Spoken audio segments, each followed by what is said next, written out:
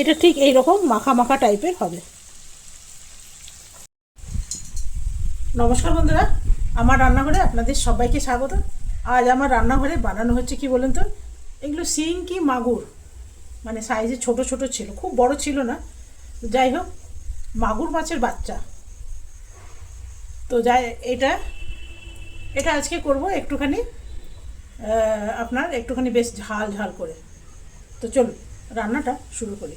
আর আজকেও আমি পুজো স্নান সব কিছু করে তারপরে আপনাদের সামনে এসেছি।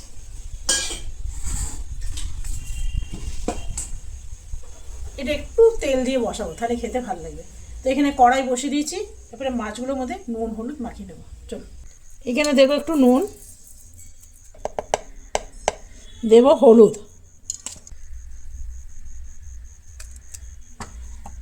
এটা পেঁয়াজ আছে আর টমেটো আছে, এইখানে আছে জিরে আদা, লঙ্কা,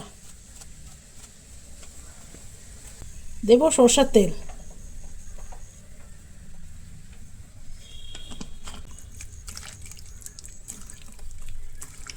নুন দিলাম কিনা ভুলে গেছি তো, চলো পরে টেস্ট করে দেখতে হবে। হ্যাঁ, নুন দিয়েছি কিনা, এখন মাছ কাঁচাটা খাওয়া যাবে না। এখানে দেবো তেল,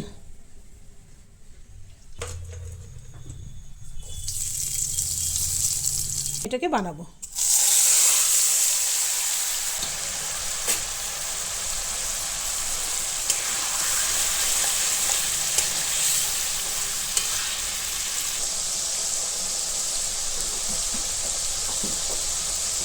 দিয়ে দেবো একটু বাটি ধোয়া জল,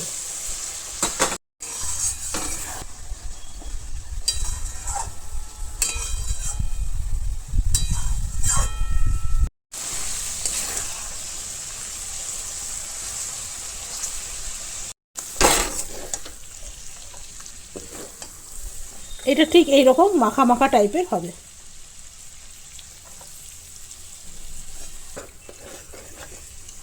এটা আমার হয়ে গেছে। তো বন্ধুরা, এই রকম মেখে চুখে বসিয়ে দেবেন, ভীষণ ভালো লাগবে। তবে আগে আগে না, আমি এই কাঁচা মাছ মেখে চুখে বসাতাম না, আমার একটু গন্ধই লাগতো। কিন্তু এই অবস্থায় এরকম করে যদি মশলার সাথে ভেজে দেওয়া হয়, তাহলে মাছটাও সুন্দর করে ভাজা হয়ে যায়। কখনো বানিয়ে দেখবেন, অসাধারণ লাগবে। আজকের মতন এখানেই শেষ করলাম। Bye bye.